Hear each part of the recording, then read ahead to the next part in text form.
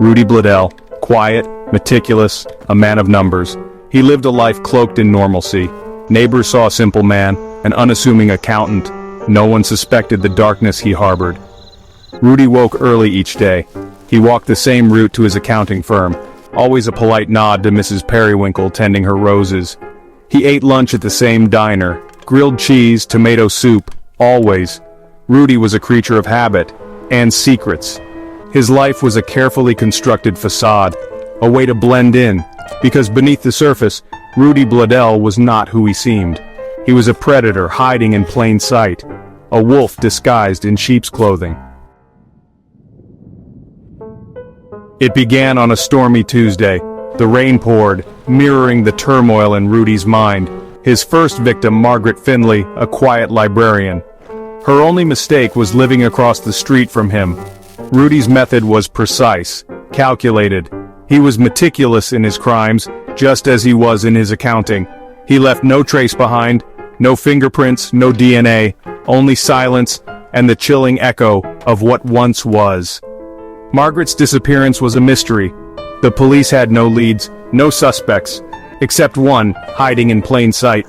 Rudy Bladel, the unassuming accountant, continued his routine, his secret buried deep.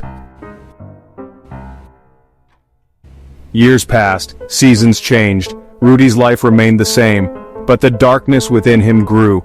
He took another life, then another, each victim chosen carefully, always on a rainy night, always the same meticulous execution.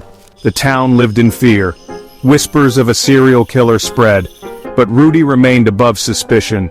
He was the perfect predator, hidden in the mundane, his neighbors none the wiser. His victims were forgotten by most, statistics in a newspaper article, except by the families left behind.